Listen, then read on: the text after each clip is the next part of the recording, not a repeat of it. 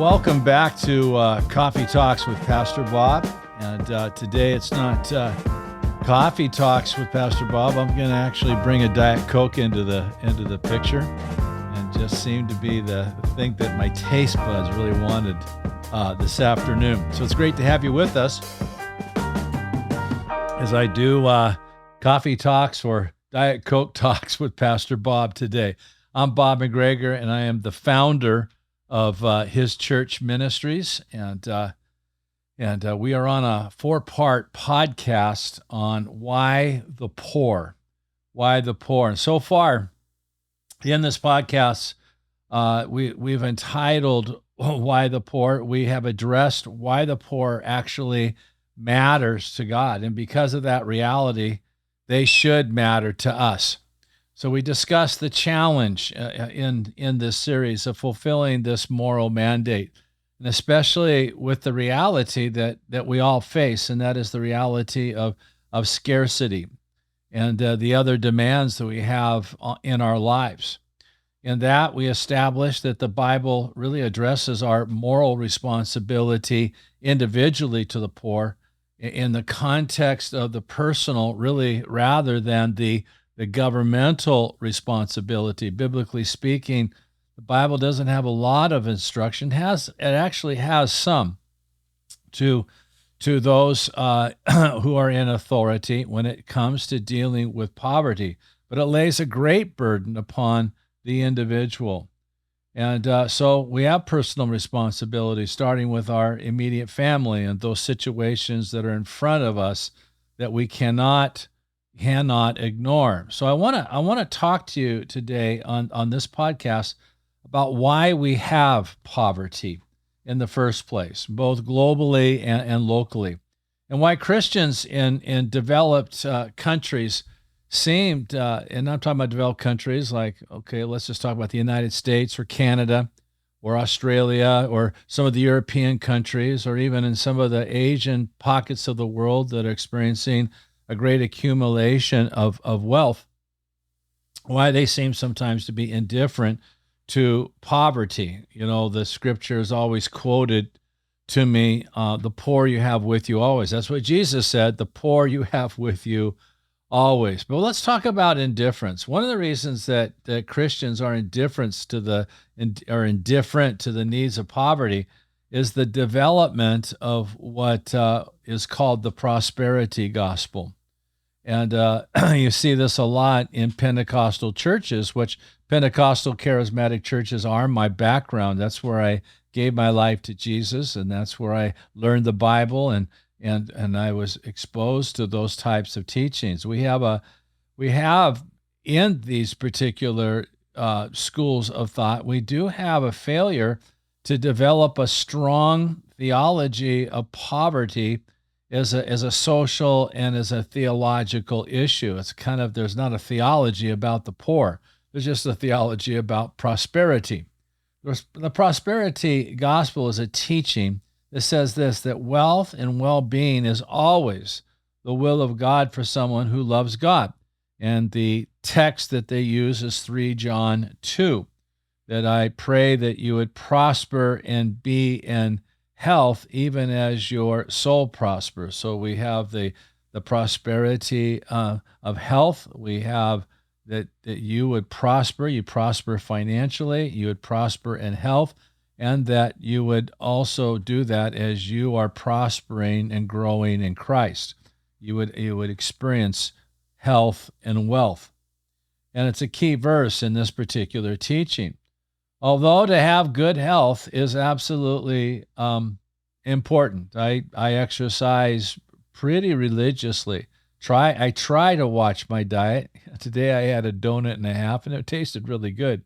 But I do try to be a good steward over my body. Just celebrated my 69th birthday. So health is important. I get on airplanes and go to strange places sometimes, and I'm under hectic schedules, and my health allows me to do those things. And I think it's important to have sufficient provision that's needed to serve God and to help other people. As it's been said, that money in the hands of good people will do a lot of good. So it's important that we have sufficient funds to do those things as we serve God and to help others. And we also need to recognize that in God's sovereignty, God allows suffering to take place in His sovereign, suffering physically, and that money, though used to great good, and money is a great instrument to do great things. It also can lead that money can lead to materialism. It can lead to greed. It can lead to neglect of moral responsibilities because the money captures me. And also, we need to understand also that if we have sometimes too much money or too many funds, uh, we can become dependent upon money as the answer and not God as the answer. So the problems, the challenges in churches, it's not money problems. It's a God problem, and the problem is not God. It's our trust in God. He owns the cattle on 1,000 hills. And so it's sometimes wealth will draw us away of dependence upon God. Doesn't have to. And so we don't want to make a stereotypical statement that that would be true in all situations of people with wealth. But sometimes we think if we only had all these wealthy people, we would be able to do all these things in the church. No, if God leads you to do something, whether you have wealthy people or not, you need to go do it, and God will financially supply. He is the answer. So one of the things that the why we have an indifference to the needs of poverty because we haven't developed a social and theological foundation, a moral foundation of why we should be involved in poverty as believers and as the Church of Jesus Christ. The second reason that we're indifferent is that we view poverty as solely a lack of a character issue. Now, the Bible does teach that poverty happens due to a lack of character. Not in all situations, but in many situations. For instance, we take Proverbs 6:10 and 11. A little sleep, a little slumber, a little folding of the hands to rest, and poverty will come on you like a thief, and scarcity like an armed man. So here we see laziness is in the character flaw actually bringing scarcity and poverty. In 1 Thessalonians 5:14, we hear this from the Apostle Paul, and we urge you, brothers and sisters, warn those who are idle and disruptive. In other words, because they're not working, they give themselves to disruptive behavior and actually hinder the church because they are they are lazy and non-productive.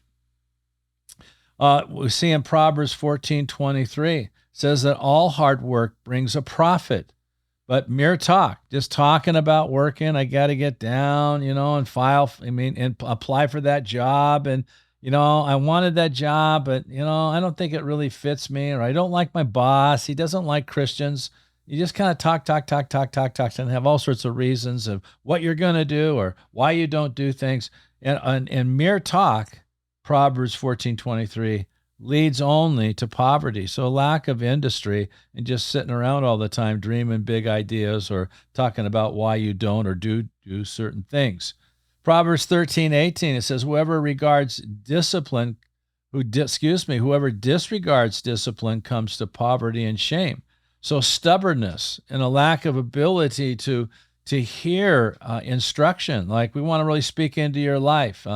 You need to get out of bed earlier, or you need to quit trying to maybe go after these jobs, and you need to go after these jobs because they're more kind of where you're at in your development right now. I'm not going to listen to you.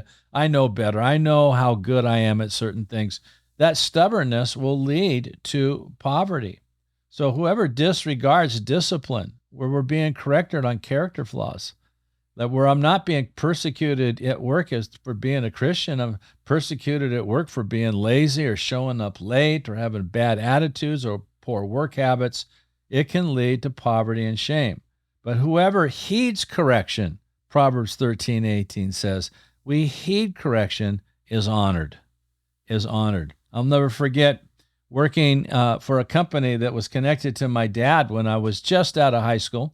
It was between my senior year of graduating and starting fall football in my freshman year in college. I was working for this company where I did a lot of unloading of seed bags and unloaded freight boxcars and the freight that was in it, and pulling fire hoses up the hill and stuff. And on top of that, I was training in the evening, probably about 2 to 3 hours a night in weightlifting, getting myself ready for fall college football.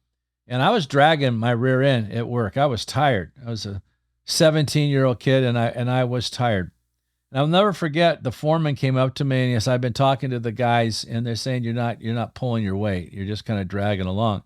So if you want to keep this job, you need to kick it in gear. I'll never forget how shook up I was. I took that as a real warning. I really applied myself and put my shoulder to the plow. I had to learn a work ethic by being rebuked and corrected. That work ethic carries with me even to this day. So he who heeds instruction is honored. Proverbs 23 verse 21 says, drunkards and gluttons become poor, and drowsiness clothes them in rags. So a lot of times we see a lot of poverty because of drug addiction or alcoholism. And you can say, well, what came first, the chicken or the egg? Are they being drunk because they're discouraged, or are they discouraged because they're drunk and they're poor, and it's led to discouragement because of circumstances?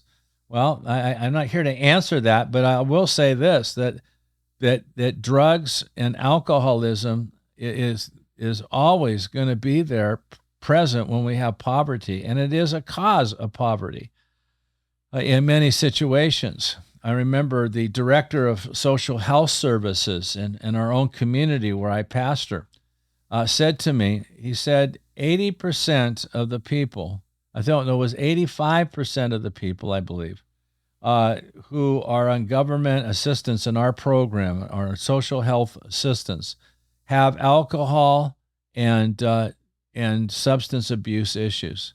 He said of their children, the same thing. Most of them all are children of people in poverty who had substance and alcohol abuse issues. And so we see here in Proverbs that drunkenness and gluttons become poor. And we see it even in our systems where a majority of people that are on government assistance, and you might be one of them and you don't have these vices. So please, I'm not saying that everyone has this. I'm just giving you the statistics that were given to me, is that many of them are in poverty because they have substance abuse or alcoholic issues in their life. You know, we also have poverty because we have natural evil take place, and things that are really beyond people's control. Natural evil can cause poverty, disasters, death, diseases, physical infirmities. You know, we see in Luke 18 and verse 35, we see that Jesus is approaching Jericho, and it says a blind man was sitting by the roadside begging. And of course, Jesus in this story heals this man. He says, what is it you want me to do? I pray that I would receive my sight. Jesus heals him, but his poverty was connected to his blindness, to an evil disaster or something evil in nature that was outside of his control, like a hurricane, like an earthquake, like a storm, like some type of evil taking place where he was he or she was afflicted, or disease itself that left them infirmed, leads to poverty. And so we see that. The fourth thing that we see about poverty and that people need to understand is that a poverty culture can cause poverty. And so we see a number of things where one, I've just rehearsed kind of what I've said to you. One is that we have people who are indifferent because of the gospel that they believe, that God wants us to be to be healthy and to prosper financially as our soul prospers. And kind of God owes that to us, and we've developed a theology around that. And so if someone's not doing that, it could be that their soul's not prospering. They're doing it because of unbelief or sin. And in the context of that type of a gospel being presented, we end up really having very simplistic answers to why people are suffering in poverty, and we don't build a theology or a social moral consciousness to minister to them because it's simple. Their problem is sin. And yes, we do have sin issues that are a great cause of poverty. I've just read to you a number of vices that lead to poverty. And it's very true in the population of people that we are trying to reach and show the love of Jesus and the declaration of the gospel towards them. And natural evil can. But poverty has a culture, and a poverty culture can cause poverty. Great book by a Dr. Ruby Payne in her book, A Framework for Understanding Poverty. And she does this. She explains that poverty comes with attitudes and perspectives and habits that actually keep people attached to that specific type of culture, causing them to live out their life in that particular context. Now, she has class culture divided into three divisions: poverty, middle class, and wealth. And you say middle class, okay, there's nothing wrong with that. There's nothing wrong with that, but we need to understand that there's a culture that comes with middle class. There's ways we view things, there's ways that we do things, and the way that we approach life because we are in the middle class. The third is the wealth class. There is a wealth class, and they approach life in a specific way. They view life with a specific perspective. They approach life because of the wealth that they have that maybe middle class doesn't, and obviously the poverty class doesn't. And so she has these three classes, and she starts off to take how they would view travel. So if you're in the wealth class, you're going to do a lot of traveling. Maybe you're doing a lot of traveling with your own private jet, or you're doing a lot of traveling by plane. Part of your work, but it's also things, you got all sorts of perks and things where you can travel by plane to places that wouldn't be as affordable to somebody maybe in the middle class. We take the middle class, and most of the time, not all the time, they take planes that they go someplace, but their main transportation would be a car, a vehicle, road trips. I mean, middle class people, and I'm one of those people, we're famous for road trips, and I love road trips and going to places. And we fly sometimes, and people fly, but sometimes they take long road trips, especially during COVID, all the things that took place. Everyone bought a RAV4. I got a RAV4. And we went camping with those particular things, the middle class. But how does the poverty view transportation? Well, usually it's a bus. It's some type of public transit system. That's the way they get from A to B. And many times they can't go outside of the sphere of their city or where they're at because they lack the means to be able to go long distances with that type of transportation. So that looking at that, that's how they would view travel. Many times a poverty class will not think about different ways of living. Just the way that they live, how they travel, how they relate to the world, and the problems of the world is basically the problems they face in their neighborhoods. They don't think beyond that sphere when they're dealing with life. For instance, take education.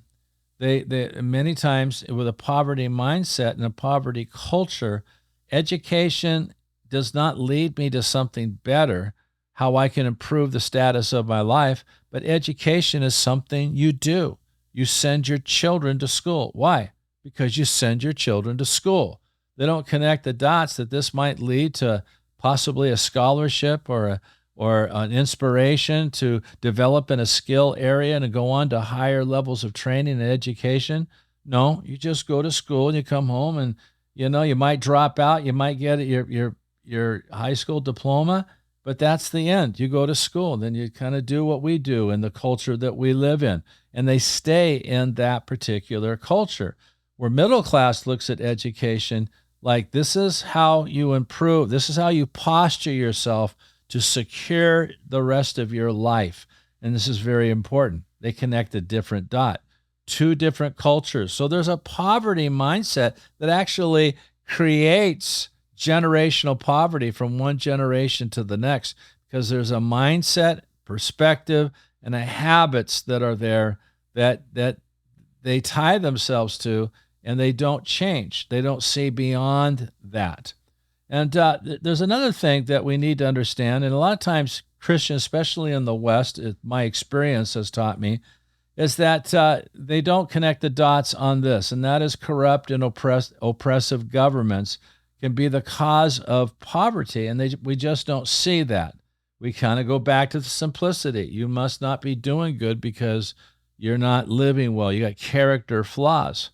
And so we can have corrupt government. For instance, in Leviticus chapter 19, verse 15, it says, "Do not pervert justice, do not show partiality to the poor or favoritism to the great." Okay, so justice is not to be looking at anything like wealth or poverty. It's to judge without judging, without considering those things.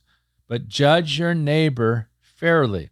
And so we need to have just governments. And when governments are not acting justly, like in many parts of the world they're not, who suffers tremendously from that are the poor.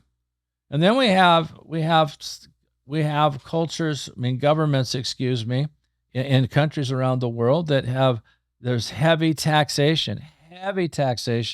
Well, heavy taxation is going to destroy economy, and it's going to keep the poor oppressed. And we see something in 2 Chronicles chapter 10, 1 through 14. Rehoboam was the son of Solomon and the heir to the throne after Solomon passed away. And he went to Shechem, for all Israel had gone there to make him king. And when Jeroboam, son of Nebat, heard this, he was in Egypt where he had fled from King Solomon. He was kind of a one that people were looking to. They could be the one that's going to be our voice and our deliverer. So he was a threat to King Solomon. He returned from Egypt, and so they sent for Jeroboam, and he and all Israel went to Rehoboam and said to him, "Your father put a heavy yoke on us." Now, one of the heavy yokes that Solomon put upon the people was he heavily taxed them for all the things that he was building. Many of those things he was building for himself. And so there was a warning earlier on in the Old Testament that a king was not to accumulate wealth basically in the backs of people. And around the world, unfortunately, this is what the oligarchy, the rulers of nations, have done, where they have prospered at the expense of the people that they're called to serve and to lead. So Rehoboam, he answers them and says, "Come back to me in 3 days." So the people went away, and then King Rehoboam consulted the elders who had served his father Solomon during his lifetime. He says, "How would you advise me to answer these people?" And they replied, "If you'll be kind to these people and please please them and give them a favorable answer, they will always be your servants." That is so true. There's a principle of leadership there. When I use my authority, whether it's in the house of God, whether it's in the home, whether it's in business, whether it is in government, and I am focused on making sure that I'm here to better their life. And that's what I'm attempting to do, not to serve my needs and just to build my life. You're always going to find unity between the ruler and the people, no matter what the form of government is.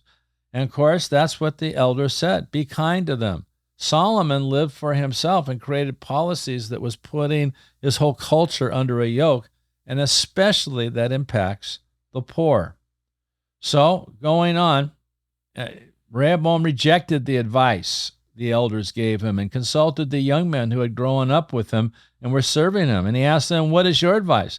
How should we answer these people who say to me, 'Lighten the yoke your father put on us'?" And the young men who had grown up with him replied, "The people have said to you, 'Your father put a heavy yoke on us, but make our yoke lighter.' Now you tell them this, 'My little finger is thicker than my father's waist.'" That's kind of a nice metaphor. My father's finger was, this, but my finger is going to be this. This was a heavy yoke to you. I'm going to put even a greater yoke on you. Now, what happened because he said this, he created a civil war that was never healed.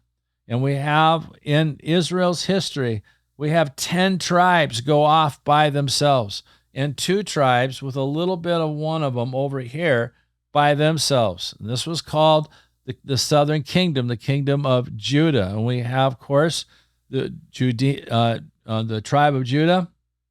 We have the Levitical tribe, the tribe of Levi, because they were priests, and Judah had Jerusalem, and they were connected. And then we have some of the parts of the tribe of Benjamin. The rest of the group, the tribes, became the nation of Israel. That's why you hear in the Bible, you see Judah and Israel. The prophets were talking to 2 different groups when they were addressing those 2 different groups. They were all God's people. They were all Jewish, but there was a division because of oppression. And oppression always affects the poor. So we look at these things. We got an indifference to the need of poverty. That doesn't help the poor at all because we haven't developed a theology of it, because we've lived on a theology. If your soul prospers, you'll be in health and you will prosper. So their need is their soul. The second thing that would cause poverty is a lack of character. And that's very, very true. And so they do have character issues in poverty. Not all people who are poor have character issues, but there's a lot of character issues in the poverty class, the poverty culture, that they need repentance and a revival and healing, discipleship and mentoring and those types of things. There is natural evil that can cause a tsunami, an earthquake, disease that can actually cause poverty. And we have a cultural mindset from one generation to the next that can hold people in poverty, because I know no other way. I don't connect the dots that there could be a way out for me. And then, of course, there's corrupt and oppressive governments. And let me just say this about corrupt and oppressive governments. You know, Venezuela in our time is one country that's an example of this. You know, it's home to one of the largest oil reserves in the world, and may be the largest oil reserve that they possess. This country is just rich in this particular resource, but they've gone from wealth since the 1920s all the way to chaos and poverty right now. And why is that? Well, one reason is because of corrupt leadership in the country, where they have created policies that keep people low, but they have amassed wealth to themselves. At the same time, we see an elite minority running the country, and there's no checks or balances on what they do. One of the beauties of the American system of constitutional government is that we have checks and balances, so no one with a personal agenda can run off and do something that's going to hurt the people. And they also made some poor leadership decisions. For instance, they decided our economy is weak right now. We need to stimulate it, so we're going to print more money. But as they printed more money to be able to put more money in the hands of their people, the problem with that is when you print a bunch of money that's not backed by anything, just to have more money, it cheapens, and everything becomes more expensive. And what happened is that we have what we call hyperinflation, and that's what took place there. And they became, as a nation, even from their get-go, they became what's called a petrostate. And this is a term is where a country is dependent on one resource. And the resource they had is oil. And they threw all their chips into this resource. Well, if oil prices go down globally and you're making your money by exporting oil, you've just crushed your economy. Who suffers when those things take place? The poor suffer when those things take place. And in this case, we have a great impact upon the poor of Venezuela. 50% of Venezuelans' population, they live in poverty. And since 2014, 7 million refugees have fled Venezuela to live in other countries. So the moral of the story is bad government, not individual choices of the people. Bad government can create poverty. Yes, character, lack of character can create poverty. Yes, indifference of even sometimes the church helping people can enhance poverty. There's a lot of issues of why poverty exists. So what does the Bible tell us to do? Well, let me read just two scriptures to you. Psalm 82, verse 3 through 4. Defend the weak and the fatherless. Uphold the cause of the poor and the oppressed. Rescue the weak and the needy. Deliver them from the hand of the wicked. Isaiah 1:17. Learn to do right. Seek justice. Defend the oppressed. Take up the cause of the fatherless. Plead the case of the widow. Now, I've already shared with you the reality of life is that you and I and every institution, every church, every government, we're all confronted with a thing called scarcity. We only have so much money individually, as a church, as a community, as a state, as a government, as a federal government. We only have so much money. So we can only do so much. We also have established that the Bible places a burden of ministering to the poor on us personally. It puts it on the individual responsibility of the believer in Jesus to care for the poor. It starts with our family. I got to take care of my mom or my aunt, my cousin, my kids, or maybe a parent that you have that has a particular need. We also need to be sensitive to the circle around us, to the people around us. I can't say to my brother, be warm, be fed. Okay, and I go off to my nice house and they're suffering. They could be sitting on a park bench that night. I can't say that. I can't be blessed and comforted while they are suffering. So those around me. And then sometimes, like the Good Samaritan, we see someone beat up on the roadside. Okay, and we have a crisis and an emergency that lands in our lap, that's in front of us, that we cannot ignore. We have to love our neighbor. Now, however, in today's world, because of social media and because of information and technology, we are connected to the needs of people around the world, where what may seem, and being conscious of that and trying to do something for that, it may seem that some small contribution financially on my part doesn't do much good, but it actually can do much good. I want to bring this to your attention. You think, well, if I just gave $10 to this or $15 to that, what good really will it do? It'll do a lot of good if a lot of people get involved in that. For example, there are over 400,000 deaths a year due to malaria. And malaria takes a child's life. Catch this statistic. A child's life at a rate of one child death per minute. A child dies. Every minute around the clock, a child dies of malaria. And mosquito nets. Let's just talk about mosquito nets. Mosquito nets can cut that rate of death, over 400,000, or a child dying every minute of the day, can cut that rate in half. Well, how much is a mosquito net? Well, you can go on Google and search it yourself, but you can get a mosquito net that can basically protect a whole family with $2 or $3. $2 or $3 can save a life. Just $2 or $3. Well, 7 billion people on planet Earth, and I don't know how many believers and followers of Jesus in the United States alone. Okay, what would $2 or $3 do for fighting malaria and saving hundreds of thousands of lives? It would do a lot. Just $2 or $3. It takes us to be conscious. That's my issue. There's also there's a fear. I want to just say this. There's a fear of the term social justice, because when that term is used, it provokes compassion in some Christians, and other Christians, it provokes something else. It can infer socialism, or what do we mean by that? Or the redistribution of wealth among people. So I take from person A, who might have amassed a lot of wealth, and I take that money and I give it to person B that has little to no money, and I'm going to give more to them in many different ways and shapes and forms.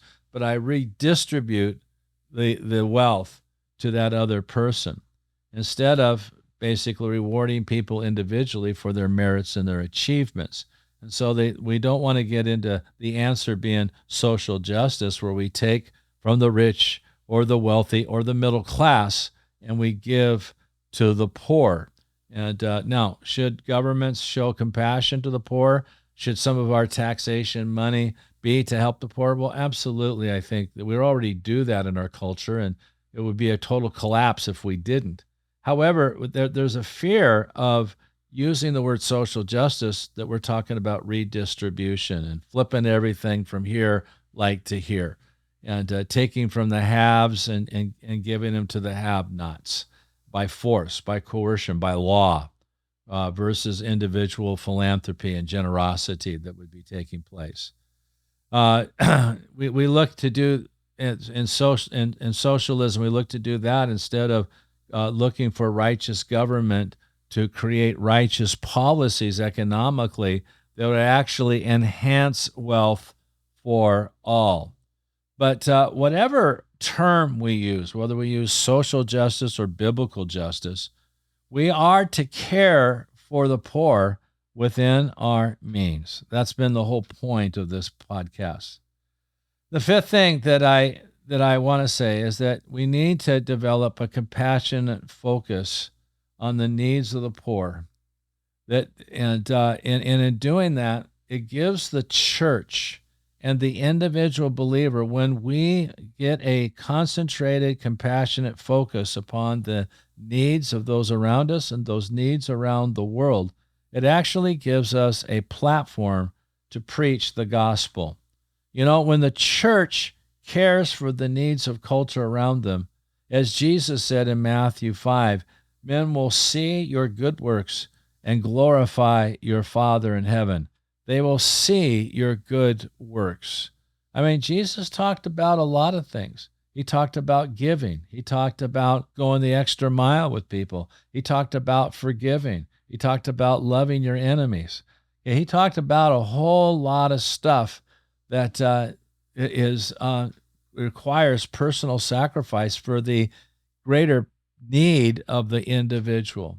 And part of that is ministry to the poor. As we've addressed this, it was always a part of the doctrine of the early church, is that they extended Paul the right hand of fellowship and recognized his ministry in Galatians 2. But he only warned me of this, is that we should consider the poor. And he says, something that I was eager to do. So as we focus in compassion upon the poor, we create a platform where men will see our good works and glorify our Father that is in heaven. You know, William Booth, the founder of the Salvation Army, he had a whole plan to transform the nation of England through the declaration of the gospel and good works towards the poor. How much favor did they have? Well, it was the Salvation Army and William Booth's son who went on a campaign against certain laws that allowed teenage prostitutes to function legally, where they did away with prostitution of anybody who was 16 years and under, and saved all these girls from a life of being destroyed. It was the Salvation Army that did that. They proclaimed the gospel, but they lifted up their moral voice to stop a prostitution ring with young adolescent girls. It was a Salvation Army where Catherine Booth, the wife of William Booth, when she died, they had so much favor in the nation of England that more people attended Catherine Booth's funeral than Queen Victoria's. Okay, that's favor. So when I'm preaching the gospel, I have opened their heart that there is a God who loves you, who cares for you, and he also wants to have a relationship with you, and he died for you on a cross to make that happen. I have been concerned about them as a person, they're experiencing God's love. They're going to be opening up to the gospel. So we are called to be just towards the poor as believers in Jesus. You can call it social justice. You can call it biblical justice. We are called to extend the kingdom of God throughout the earth through love and through truth. Really, through love, truth, and power. Signs, wonders, miracles, to the truth of the proclamation of the gospel of what Jesus has done for us and for caring for the needs of humanity, opening their hearts to the love of God. I hope this series that we've done on these podcasts on Why the Poor have been inspiring and challenging to you. If you want to know a little bit more about His church ministries and get on some of our Bible studies. We're in the book of Genesis right now, or some of the projects we're doing. You can find us at hischurchministries.org and love to connect with you there. God bless you. It's great to be with you today as we have, I guess, Diet Coke Talks with Pastor Bob. God bless you. See you next time.